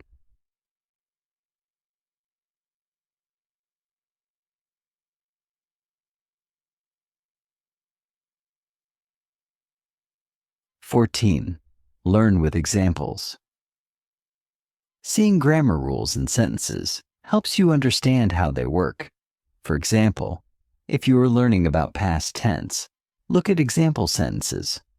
I walked to the store, she watched a movie, etc. Write down examples of each rule you learn and try to make your own sentences. Practicing with examples makes it easier to remember the rules.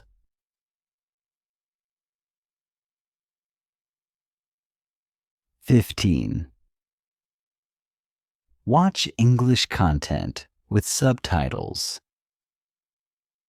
Watching English shows or movies with subtitles helps you see how grammar rules are used in real-life conversations. As you watch, pay attention to sentence structure, the use of different tenses, and how people form questions. This will help you understand grammar naturally over time.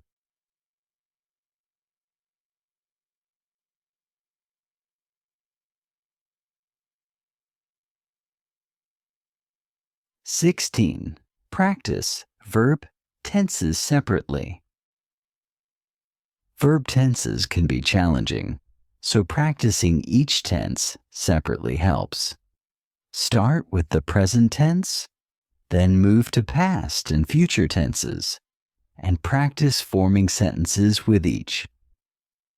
Practicing one tense at a time will give you confidence before you move on to more complex tenses, like present perfect or past continuous.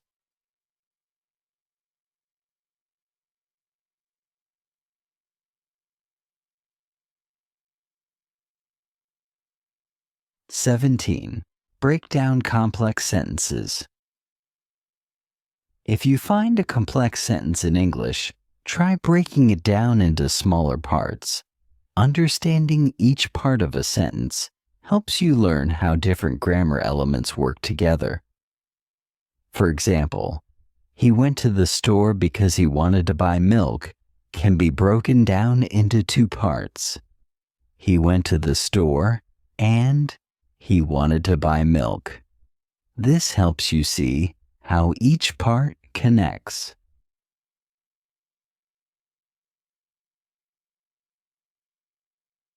Improving grammar is a gradual process, and these strategies can help make it easier and more enjoyable.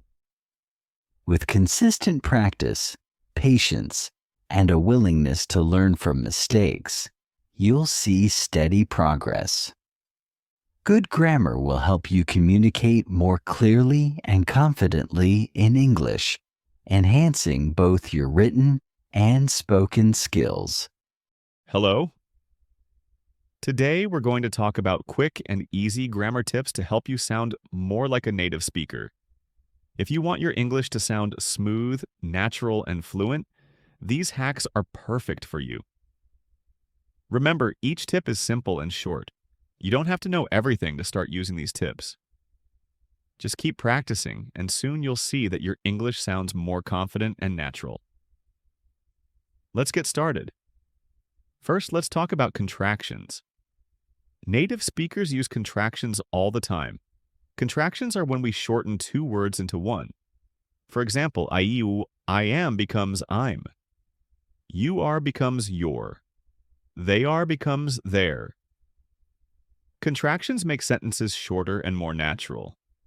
For example, instead of saying, I am happy to see you, you can say, I'm happy to see you. Instead of saying, they are coming over, you can say, they're coming over. Contractions help you sound friendly and relaxed, just like native speakers. Try using contractions in every sentence where they make sense. It takes a little practice, but it's one of the quickest ways to sound more natural.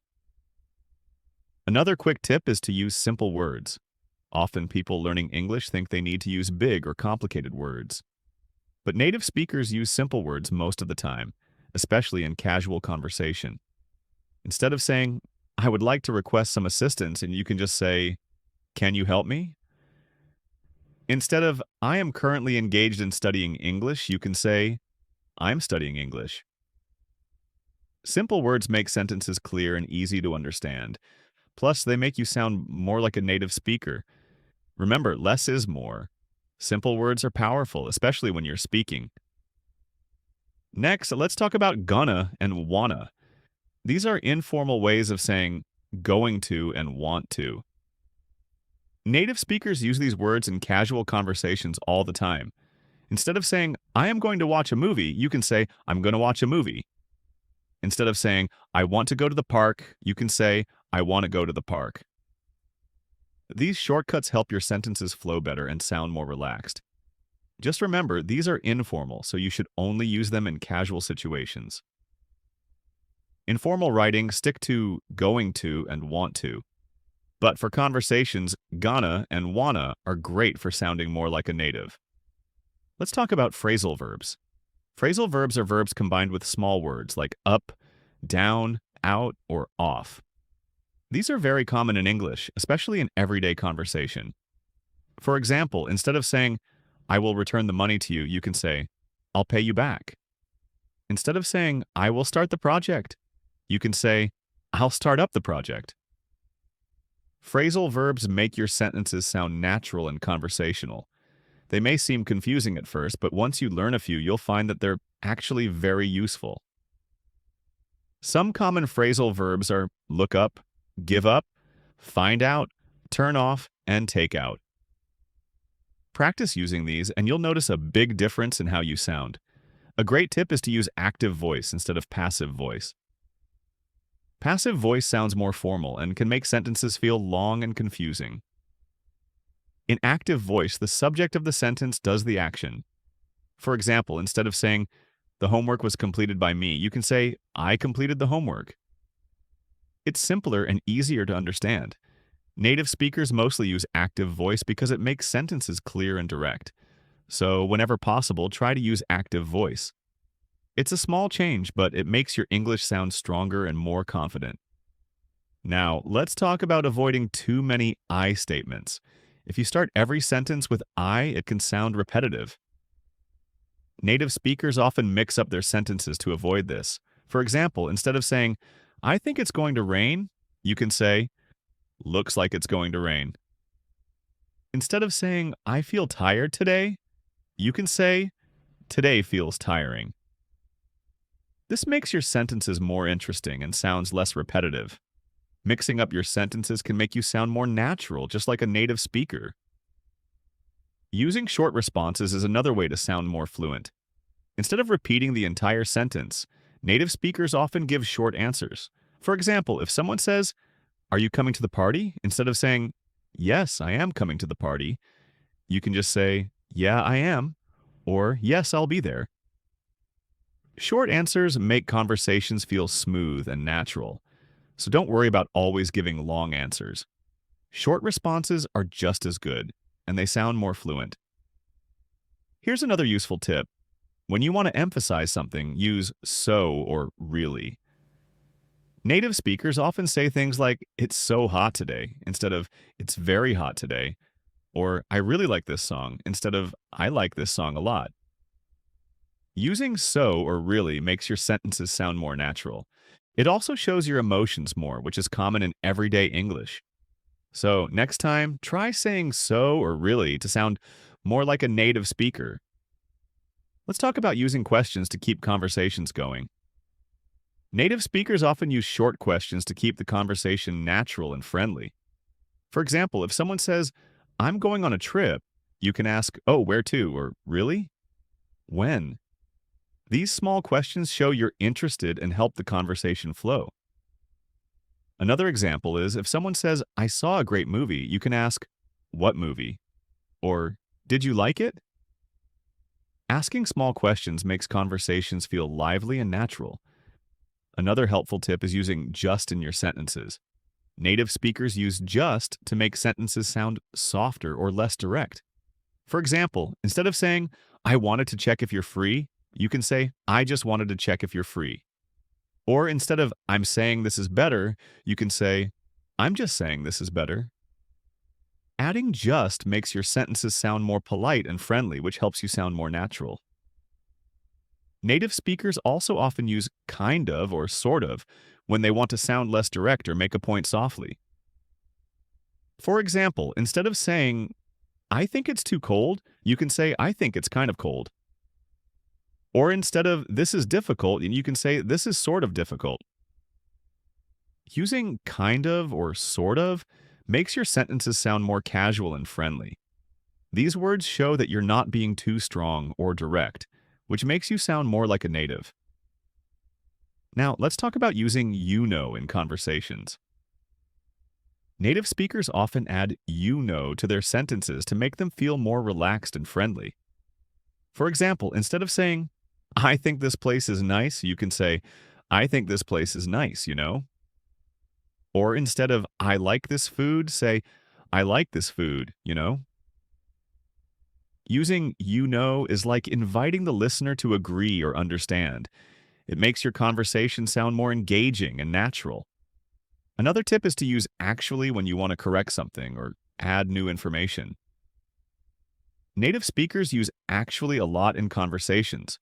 For example, if someone says, you're from New York, right? And you're actually from Los Angeles, you can say, actually, I'm from Los Angeles. Or if you want to add something surprising, you can say, I actually love this song to show your enthusiasm. Actually is a simple word, but it helps you sound more like a native by making your corrections or additions sound smoother. Using let me is another great way to sound more natural. Instead of saying, I will check, say, let me check. Instead of saying, I will think about it, say, let me think about it. This phrase sounds casual and relaxed, which helps you sound more fluent and like a native speaker. It's easy to use and can make your English sound more friendly. A very useful tip is using a bit or a little when you want to make something sound softer. For example, instead of saying, I'm tired, you can say, I'm a bit tired. Or instead of, this is difficult, say, this is a little difficult. Adding a bit or a little makes your sentences sound less direct and friendlier. It's a small change, but it makes a big difference in making you sound more natural. Try using I mean to explain something better or give more details. For example, if you say, this is hard, you can add, I mean it's not easy to understand. Or if you say, I like this book, you can add, I mean it's really interesting. I mean shows that you are explaining or adding to your point. This phrase is very common in English, and using it will make you sound more fluent. Finally, let's talk about using fillers like well, and you know. Native speakers often use these small words when they're thinking or trying to decide what to say next. They help keep the conversation going and make it sound natural. For example, if you're asked, what did you think of the movie? You might say, well, I thought it was pretty good. Or if someone asks, are you coming? You could say, yeah, I'll be there. These fillers are helpful when you need a moment to think or don't want to sound too direct. So let's do a quick review. Use contractions to make your sentences shorter. Choose simple words over complicated ones. Try using gonna and wanna in casual conversations. Learn and practice phrasal verbs. Use active voice to make sentences direct. Don't overuse I at the beginning of sentences.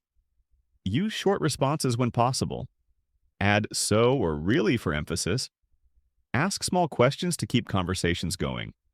Use just to sound polite and kind of or sort of to make your sentences sound softer.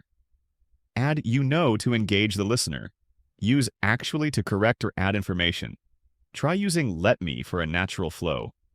Add a bit or a little to soften statements. Use I mean to explain, and don't be afraid to use fillers like and for a natural rhythm. One of the easiest ways to sound more natural is to use contractions. Contractions are when we combine two words into one shorter word. For example, I am becomes I'm. You are becomes your. They are becomes their. Contractions make your sentences sound shorter and friendlier. For example, instead of saying, I am going to the store, you can say, I'm going to the store. Instead of, she is very nice, say, she's very nice. These small changes make you sound more relaxed and comfortable in English. You might notice that native speakers use contractions all the time, even when they're talking fast. Practice using contractions whenever you can. They are very common, especially in casual conversations. Try saying I'm, your, their, he's, and she's often. After some practice, you won't even have to think about it. Your English will start sounding more natural and fluent. Another simple tip is to use short, everyday words. Sometimes people learning English think that they need to use big or difficult words to sound smart. But in everyday English, native speakers use simple words, especially when they're speaking. For example, instead of saying, I am currently in the process of learning English, you can say, I'm learning English. Or instead of saying, I would like to request some assistance, you can simply say, can you help me? Simple words make your sentences easier to understand, and they make you sound more natural. Remember, you don't need to use big words to sound good in English. Sometimes less is more. Using simple, clear words actually shows confidence. It means you know what you want to say and you don't need fancy words to say it. So try using short, simple words whenever you can. You will find that it makes your conversations much easier and smoother. Let's talk about two casual words that native speakers use a lot: gonna and wanna. These are shorter, more relaxed ways of saying going to and want to. In informal English, I am going to becomes I'm gonna, and I want to becomes I wanna. For example, instead of saying I'm going to watch a movie, you can say I'm going to watch a movie. Or instead of I want to go to the park, say I want to go to the park. These shorter forms are great for making your English sound more relaxed and natural, but remember, gonna and wanna are informal. Use them in casual situations like talking with friends or family. In more formal settings like at work or in writing, it's better to say going to and want to. But for conversations, gonna and wanna can help you sound more like a native speaker. Another way to sound more fluent is by using phrasal verbs. Phrasal verbs are verbs combined with a small word like up, down, in, out, or off. For example, instead of saying, I will return the money, you can say, I'll pay you back. Instead of, I will start the project, you can say, I'll start up the project. Phrasal verbs make your sentences sound more conversational and natural. Learning a few phrasal verbs can make a big difference. Some common ones are give up, find out, look up, turn off, and take out. These are used all the time in English, especially in everyday situations. Try learning a few phrasal verbs and using them in sentences. They might seem confusing at first, but once you get the hang of them, you'll see that they're very useful. Let's talk about using the active voice. The active voice is when the subject of the sentence does the action. It's more direct and makes sentences shorter and clearer. In contrast, the passive voice is when something is done to the subject. For example, instead of saying, the homework was finished by me, say, I finished the homework. Or instead of, the report was written by Sarah, say, Sarah wrote the report. Active voice makes your English sound more confident and easier to understand. Native speakers prefer active voice because it is direct and clear. When you use active voice, your sentences feel stronger and more lively. So, try to use active voice whenever you can. It's a small change, but it makes a big difference in making your English sound natural and fluent. Here's a simple tip. Don't start every sentence with I. Using I too much can sound repetitive and can make conversations feel less interesting. Instead, try to mix up your sentences. For example, instead of saying, I think it's going to rain, you could say, looks like it's going to rain. Instead of saying, I feel tired today, try saying, today feels tiring. Native speakers often avoid using I repeatedly by changing their sentences a little. Mixing up your sentences like this can make you sound more fluent. It also makes conversations feel more natural and friendly. Practice changing your sentences, and you'll see how it helps keep the conversation interesting. Using short responses can also make you sound more natural. Native speakers don't always repeat full sentences when answering questions. For example, if someone asks, "Are you coming to the party?" instead of saying, "Yes, I am coming to the party," you can just say, "Yeah, I am," or "Yes, I'll be there." Short responses make conversations feel smooth and relaxed. There's no need to give long answers if a short answer will do. In English, short responses are just as good, and they can make you sound more fluent. Try it out, and you'll notice how natural it feels to keep your responses short. When you want to emphasize something, try using so or really. Native speakers often say things like, "It's so hot today," or "I really like this song." Instead of saying, "It's very good," say, "It's so good." Or instead of, "I like this a lot," say, "I really like it." Using so and really helps you show more feeling in your sentences. It makes what you're saying sound more natural and shows that you're expressing emotion. This is common in everyday English, so try using so or really when you want to emphasize something. A good way to keep conversations going is by asking small questions. Native speakers often ask quick questions to show they're interested. For example, if someone says, "I'm going on a trip," you can ask, "Oh, where to?" Or, "Really? When?" These small questions keep the conversation moving and show that you're interested in what the other person is saying. Another example, if someone says, "I saw a great movie," you can ask, "What movie?" Or, "Did you like it?" Asking small questions like these makes conversations feel more natural. It's a simple way to sound friendly and keep people talking. You can also add the word just to your sentences to make them sound softer. For example, instead of saying, "I wanted to check if you're free," you could say, "I just wanted to check if you're free." Or instead of, "I'm saying this is better," you can say, "I'm just saying this is better." Adding just makes your sentences sound polite and friendly. Just is a small word, but it makes a big difference. It softens what you're saying and makes your sentences feel more relaxed. Try adding just in casual conversations and you'll see how it helps your English sound more natural. Native speakers often use kind of or sort of to make statements sound softer. Instead of saying, "I think it's too cold," you could say, "I think it's kind of cold." Or instead of saying, "This is difficult," you could say, "This is sort of difficult." Using kind of or sort of makes your sentences sound more casual. These phrases are common when native speakers don't want to sound too direct. They make what you're saying feel lighter and more relaxed. You can use kind of or sort of to soften your statements, which can help you sound more natural. Another small word that native speakers use a lot is "you know." You can add "you know" to the end of a sentence to make it sound more casual and friendly. For example, instead of saying, "I think this place is nice," say, "I think this place is nice, you know?" Or instead of, "I like this food," say, "I like this food, you know?" Adding "you know" is like inviting the other person to agree with you. It makes your sentences feel friendlier and more engaging. Try adding "you know" to some of your sentences. It's a simple trick, but it helps you sound more like a native. You can also use the word "actually" when you want to add new information or correct something. For example, if someone says, "You're from New York, right? And you're actually from California," you can say, "Actually, I'm from California." Or if you want to add something surprising, you can say, "I actually love this song," to show extra feeling. Using "actually" helps you make corrections or add extra details in a natural way. It's a simple word, but it makes a big difference in how your sentences sound.